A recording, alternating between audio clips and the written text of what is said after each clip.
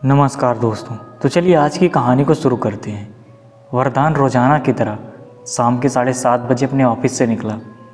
Bus stop पर कुछ देर इंतज़ार करने के बाद वरदान बस में चढ़ा। बस में आज कुछ कम भीड़ थी, जिस वजह से काफ़ी सीट खाली थी। ये देखकर वरदान ने सोचा, चलो कम से कम आज तो मैं टाइम से घर पहुंच जाऊंगा। वरदान टिकट लेकर सीट पर बैठ गया। 2 स्टॉप के बाद एक बुर्का पहने महिला बस में चढ़ी। उसने आसपास देखा, फिर वो महिला वरदान के बगल वाली सीट पर आकर बैठ गई। हालांकि अभी भी बस में काफ़ी सीट खाली थी। वरदान ये देखकर थोड़ा हैरान हो गया कि आखिर इतनी सारी सीट्स खाली होने के बावजूद भी ये महिला मेरे पास क्यों बैठ गई। कुछ देर बाद वरदान को कुछ अजीब सी बेचैनी महसूस होने लगी। ऐसा लग रहा था कि मानो कुछ बुरा होने वाला है। तभी वरदान की नज़र उस महिला के हाथों पर पड़ी। ऐसा लगा कि कुछ बेहद ही ठंडी सी चीज़ उसकी जांघ पर रखी हो। तब वरदान ने अपनी जांघ की ओर देखा।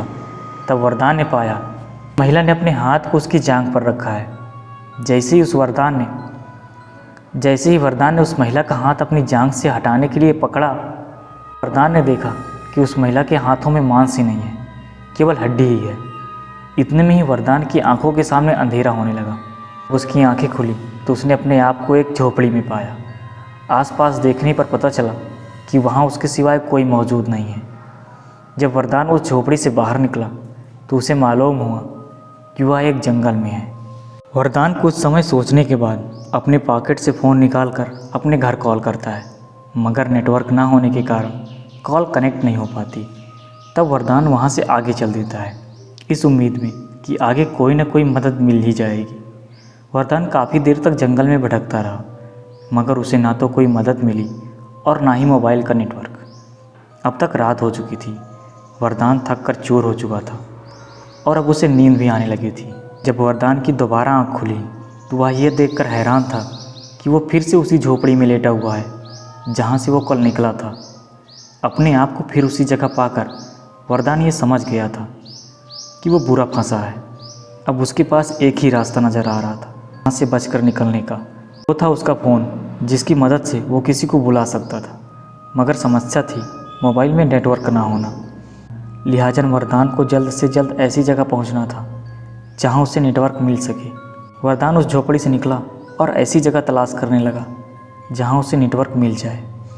आखिरकार वरदान को एक जगह नेटवर्क मिल ही गया। नेटवर्क मिलते ही वरदान ने अपने घर कॉल किया। जब वरदान ने कॉल किया तो फ़ोन उसकी बीवी ने उठाया।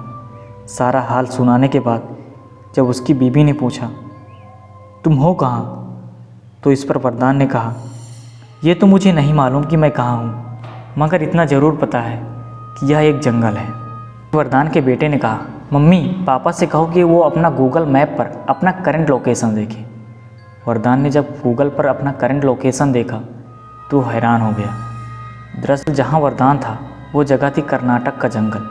वरदान के लोकल लोकेशन गुवाहाटी से 2909 किलोमीटर दूर था। तभी कर्नाटक की लोकल पुलिस को खबर दी गई और वरदान को अगले 8 घंटों में ही उसे बचा लिया गया। मगर ये कभी नहीं पता चल पाया कि आखिर वो बुरखे वाली औरत कौन थी और वरदान उस जंगल में पहुंचा कैसे। दोस्तों ये थी कहानी। आपको कैसी लगी कमेंट में ज़रूर बताएं। बाकी मिलते हैं अगली नई कहानी के साथ। तब तक के लिए जय हिंद, जय भारत।